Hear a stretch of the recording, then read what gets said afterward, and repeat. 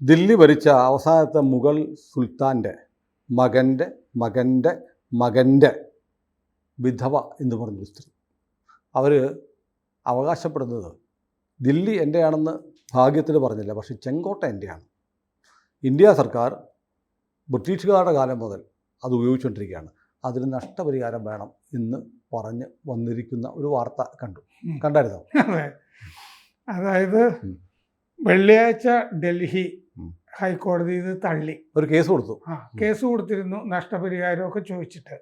സാങ്കേതിക കാരണം പറഞ്ഞിട്ടാണ്. കാരണം കീഴ്ക്കോടതിയിൽ കേസ് ഉണ്ടായിരുന്നു, അത് കീഴ്ക്കോടതി തള്ളിയിരുന്നു. കീഴ്ക്കോടതി ഇത് ഇത്രയും കൊല്ലം കഴിഞ്ഞിട്ട് 1857 ബഹദൂർ ഷാ സഫർ അവസാനം ഭരിച്ചിരുന്നത്. അത് കഴിഞ്ഞ് ഇത്രയും കൊല്ലം കഴിഞ്ഞ കേസ് നിലനിൽക്കില്ല എന്ന് പറഞ്ഞു. 1.5 കൊല്ലം കഴിഞ്ഞിട്ടാണ് അപ്പീലുമായിട്ട് വന്നിരിക്കുന്നത് എന്ന് പറഞ്ഞു. കാലാവധി കഴിഞ്ഞു, അപ്പീലിന്റെ കാലാവധി കഴിഞ്ഞിട്ടാണ് തന്നിരിക്കുന്നത് എന്ന് പറഞ്ഞിട്ട് തള്ളി. അപ്പോൾ അവസാനത്തെ മുഗൾ ചക്രവർത്തി ബഹദൂർ ഷാ സഫറിന്റെ, അദ്ദേഹം കവിയായിരുന്നു, അപ്പോൾ സഫറും കൂടി ചേർത്തിട്ട് തൂലികാ നാമമായിട്ട് ഉപയോഗിച്ചിരുന്നതാണ്. മുഴുവൻ പേര് അങ്ങനെയല്ല. അപ്പോൾ ബഹദൂർ ഷാ സഫറിന്റെ കൊച്ചുമകന്റെ മകന്റെ ഗ്രേറ്റ് ഗ്രാൻഡ് സൺ, അതാണ് തള്ളിയത്. അവര് പിന്തുടർച്ചാവകാശിയാണ് എന്നവർ അവകാശപ്പെട്ടിരുന്നു. അത് പറഞ്ഞാൽ 1857 മുതൽ അവരുടെ പക്കൽ നിന്ന് സർക്കാരുകൾ, ബ്രിട്ടീഷ് സർക്കാരും ഇന്ത്യൻ സർക്കാരും ചെങ്കോട്ട ഉപയോഗിച്ചുകൊണ്ടിരിക്കുകയാണ്. ചെങ്കോട്ട എടുത്തിട്ട് അനധികൃതമായിട്ട് ഉപയോഗിച്ചുകൊണ്ടിരിക്കുകയാണ്. അതിന് നഷ്ടപരിഹാരം കൊടുക്കണം. 1857 മുതലുള്ളത്. ആ സ്ഥലം എത്ര ഏക്കർ എന്നൊക്കെ നോക്കണം, അളക്കണം. എന്നിട്ട് എത്രയാന്ന് വെച്ച് കഴിഞ്ഞാൽ അവിടുത്തെ മാർക്കറ്റ് റേറ്റ് അത് കൊടുക്കും. ഞാൻ ആ സ്ത്രീയുടെ ചിത്രം കണ്ടായിരുന്നു കേട്ടോ, സുൽത്താന ബീഗത്തിന്റെ ചിത്രം കണ്ടാലും പറയും സുൽത്താനയാണെന്ന്. പ്രേക്ഷകർ കൂടെ ഒന്ന് കണ്ടു നോക്ക്. അതെ, ചിത്രം കൊടുക്കണം എൻ്റെ കൂടെ. അപ്പോൾ ആക്ടിംഗ് ചീഫ് ജസ്റ്റിസ് വിഭു ബക്രു, ജസ്റ്റിസ് തുഷാർ റാവു ഗഡേല സുൽത്താന ബീഗത്തിന് സുൽത്താന ബീഗത്തിന്റെ ഹർജി അപ്പീൽ അവരാണ് തള്ളിയത്. 2021 ഡിസംബറിൽ ഹൈക്കോടതിയുടെ സിംഗിൾ ജഡ്ജി ഇത് തള്ളിയിരുന്നു. അപ്പോൾ അത് കഴിഞ്ഞ് 2.5 കൊല്ലം കഴിഞ്ഞിട്ടാണ് അപ്പീൽ എന്ന് പറഞ്ഞിട്ടാണ് തള്ളിയിരിക്കുന്നത്. ഇവർ ഹൗറയിലാണ് താമസം, കൽക്കട്ടയിൽ. മുമ്പ് റങ്കൂണിലായിരുന്നു. ഇവർ പലരുടെയും മ്യാൻമറിലായിരുന്നു. എന്താണെന്ന് വെച്ചാൽ ബഹദൂർ ഷാ സഫറിനെ റങ്കൂണിലേക്കാണ് നാട് കടത്തിയത് ബ്രിട്ടൻ. അതുകൊണ്ടാണ് അവിടെ ആയിപ്പോയത്. അപ്പോൾ ബന്ധു തന്നെയാണല്ലേ? അതെ, കറക്റ്റായിട്ട്. ശരിക്കും വെറുതെ പ്രാന്ത് പറഞ്ഞൊന്നുമല്ല. പലരുടെയും സാമ്പത്തിക സഹായം കൊണ്ടാണ് ജീവിക്കുന്നത്. മിർസ ബേദർ ബുക്ത് എന്നാണ് ഭർത്താവിൻ്റെ പേര്. ഈ കൊച്ചുമകൻ 1920 റങ്കൂണിൽ ജനിച്ച ആളാണ്.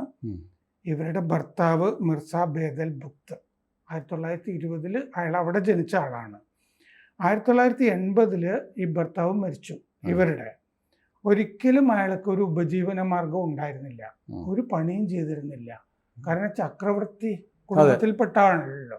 വേറൊരു ഓഫീസിൽ പോയി ഒരു ജോലി മോശമല്ലേ ഇത്. അപ്പോൾ ഒന്നും ജോലി ചെയ്തിരുന്നില്ല. കൽക്കട്ടയിലെ തൽത്താലയിൽ ആണ് ഇയാളുള്ള സമയത്ത് ഒരു കുടിൽ പോലത്തെ സ്ഥലത്ത് താമസിച്ചിരുന്നത്.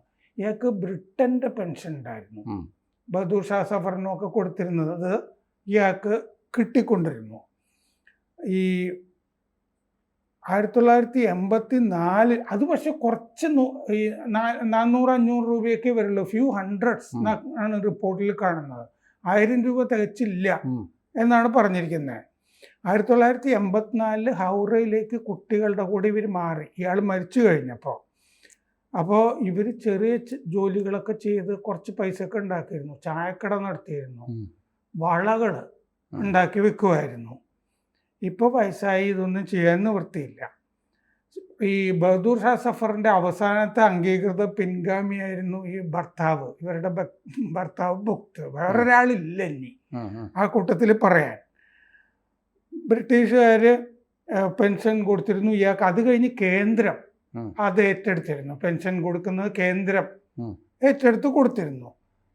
നൈസാം ഹൈദരാബാദിലെ കുറച്ച് പൈസ ഇയാൾക്ക് സ്ഥിരമായിട്ട് കൊടുത്തിരുന്നു. പിന്നെ ഡൽഹിയിലെ ഹസ്രത്ത് നിസാമുദ്ദീൻ ട്രസ്റ്റ് ഇയാൾക്ക് പൈസ കൊടുത്തുകൊണ്ടിരുന്നു. ഇപ്പോഴും ട്രസ്റ്റിൽ നിന്ന് ഈ സ്ത്രീക്ക് 6000 രൂപ കിട്ടുന്നുണ്ട് മാസം. ട്രസ്റ്റ് കൊടുക്കുന്ന പൈസയുണ്ട്. ചെറിയൊരു കുടിലാണ് താമസം. ഒരു മകനുണ്ട്, 5 പെൺകുട്ടികളും ഉണ്ട്.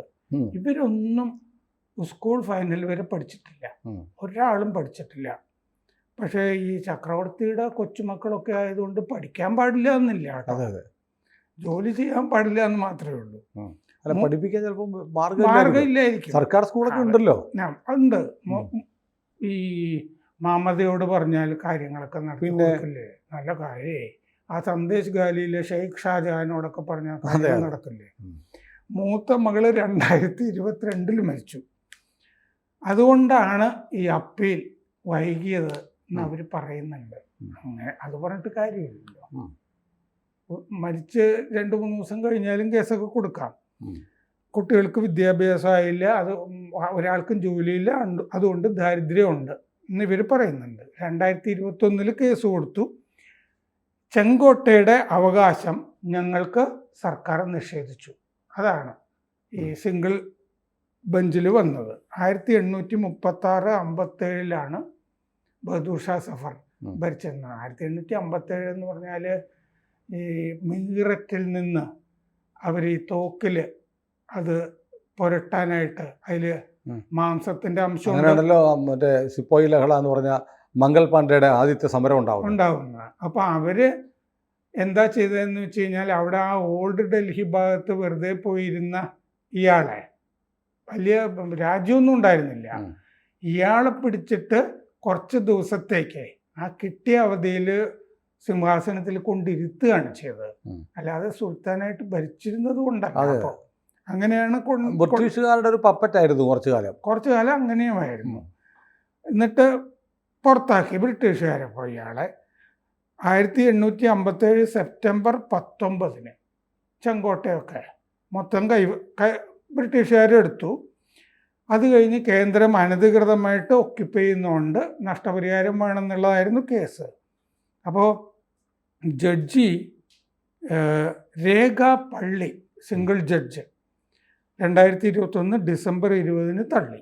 164 വർഷം ഡിലേ വന്നു കേസ് കൊടുക്കാൻ എന്നാണ് അതിൽ പറഞ്ഞത്. ഈ വിവരം, ഈ ചെങ്കോട്ട നമ്മുടെ കുടുംബ സ്വത്താണെന്നുള്ള കാര്യം മുൻഗാമികൾക്ക് അറിവുണ്ടായിരുന്നിരിക്കുമല്ലോ. എന്നിട്ട് അവർ കേസ് കൊടുത്തില്ലല്ലോ എന്ന് ആ ഉത്തരവിൽ പറഞ്ഞിട്ടുണ്ട്. ഈ കഴിഞ്ഞ നവംബറിലാണ് അപ്പീൽ കൊടുത്തത്. പൈതൃക സ്വത്ത് കേന്ദ്രം കയ്യേറി. അവരുടെ മൗലികാവകാശ ലംഘനമാണ്, ഭരണഘടനാ ലംഘനവുമാണ്. അവരുടെ ജീവിക്കാനുള്ള അവകാശം, ചെങ്കോട്ടെ താമസിക്കേണ്ടവരാണല്ലോ. അതെ എന്ന് പറഞ്ഞു.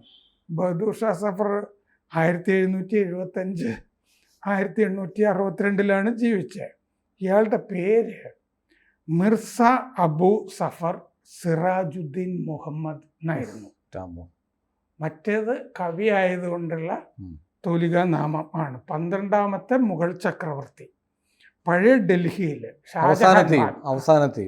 പഴയ ഡൽഹി ഷാജഹാൻ ബാദ് എന്നാണ് ആ പഴയ ഡൽഹിയുടെ പേര്. അവിടെയാണ് ഉണ്ടായിരുന്നത്. റംഗൂണിലേക്ക് നാട് കടത്തി. ഇയാളുടെ ബാപ്പയുടെ പേര് അക്ബർ രണ്ടാമൻ എന്നായിരുന്നു. ആ അക്ബർ രണ്ടാമൻ ഒരു മകൻ ഉണ്ടായിരുന്നു, മിർസ ജഹാംഗീർ എന്ന് പറഞ്ഞിട്ട്. അയാൾ ഇത് എൻ്റെ വകയാന്ന് പറഞ്ഞിട്ട് ചെങ്കോട്ടയിൽ താമസിച്ചിരുന്ന ബ്രിട്ടീഷ് റെസിഡൻറ്റിനെ ആക്രമിച്ചു. അപ്പോൾ ആക്രമിച്ചു കഴിഞ്ഞപ്പോൾ അയാളെ തടവിൽ പാർപ്പിച്ചു. അങ്ങനെ അയാളുടെ കഥയും അവസാനിച്ചു. ഈ ഒരു പിൻഗാമിയുടെ കഥ അങ്ങനെ അവസാനിച്ചു തടവറയിൽ. ഏതായാലും രാജവംശങ്ങളുടെ പലരുടെ അവസ്ഥ ഇങ്ങനെയൊക്കെയാണ്. പിന്നെ ഈ പറഞ്ഞ പോലെ അവസാനത്തെ മുഗൾ ചക്രവർത്തി പേര് മാത്രമേ ഉണ്ടായിരുന്നുള്ളൂ. നമ്മൾ നേരത്തെ പറഞ്ഞ പോലെ അദ്ദേഹത്തിന് ഈ പറഞ്ഞ പോലെ സ്വത്തുക്കളൊന്നും ആർജിക്കാൻ പറ്റിയില്ല. ബ്രിട്ടീഷുകാർ കൊണ്ടുവന്നിരുത്തി, പിന്നെ ബ്രിട്ടീഷുകാർ തന്നെ ഇറക്കി വിട്ടു, നാട്ടിൽ നിന്ന് തന്നെ പറഞ്ഞു വിട്ടു. അപ്പോൾ അതിൻ്റെ ഒരു ബാക്കി പത്രമാണ് ഈ സുൽത്താന ബീഗം എന്ന് പറഞ്ഞ സ്ത്രീ. പക്ഷെ ഞാൻ ആലോചിക്കുന്നത്, എന്താ സുൽത്താന ബീഗം അല്ലേ വന്നുള്ളൂ, വഖഫ് ബോർഡ് വന്നില്ലല്ലോ. ചെങ്കോട്ട ഞങ്ങളുടെയാണെന്ന്. അതെ, ഇത് പറഞ്ഞപ്പോഴാണ് ഓർത്തത്. ഈ ടിപ്പു സുൽത്താൻ്റെ പിൻഗാമികളുടെയൊക്കെ അവസ്ഥ ഇത് തന്നെയായിരുന്നു. ഗുലാം അലി എന്നോ ഗുലാം മുഹമ്മദ് എന്നോ മറ്റോ പറഞ്ഞിട്ട് കൽക്കട്ടയിൽ തന്നെയാണ് ഇങ്ങനെ നടക്കുന്നുണ്ടായിരുന്നു. കാരണം ഈ വിയ്യൂരിലാണല്ലോ പാർപ്പിച്ചിരുന്നത്. ഇവരെല്ലാവരെയും കൊണ്ടുപോയി വെല്ലൂരിൽ, അതെ തൃശ്ശൂർ, വെല്ലൂരിലാണ് താമസിപ്പിച്ചിരുന്നത്. അത് കഴിഞ്ഞിട്ട് കൽക്കട്ടയിലൊക്കെ പോയി ഒരാളിങ്ങനെ കുറേ കാലം ഞാനാണ് ടിപ്പു സുൽത്താൻ്റെ ഏക അവകാശി എന്ന് പറഞ്ഞ് നടക്കുന്ന വാർത്തകൾ വായിച്ചത് ഓർക്കുന്നുണ്ട്. ഏതായാലും ചരിത്രം ചിലരോട് ഭംഗിയായി പ്രതികരിക്കാറുണ്ട്. അതിൻ്റെ അടയാളമാണ്. കാരണം അവർ ഈ നാട്ടിൽ നടത്തിയ നൃശംസകൾ അത്ര ചെറുതൊന്നുമല്ല. അതിൻ്റെയൊക്കെ ഫലം കാവ്യനീതി എന്ന് പറഞ്ഞൊരു സാധനമുണ്ട്. അങ്ങനെ പറഞ്ഞു നിർത്താം നമുക്ക്. കൂടുതൽ വാർത്തകളും വിശേഷങ്ങളും നിങ്ങളിലേക്ക് എത്താൻ ABC മലയാളം സബ്സ്ക്രൈബ് ചെയ്യുക, ബെൽ ബട്ടണും അമർത്തുക.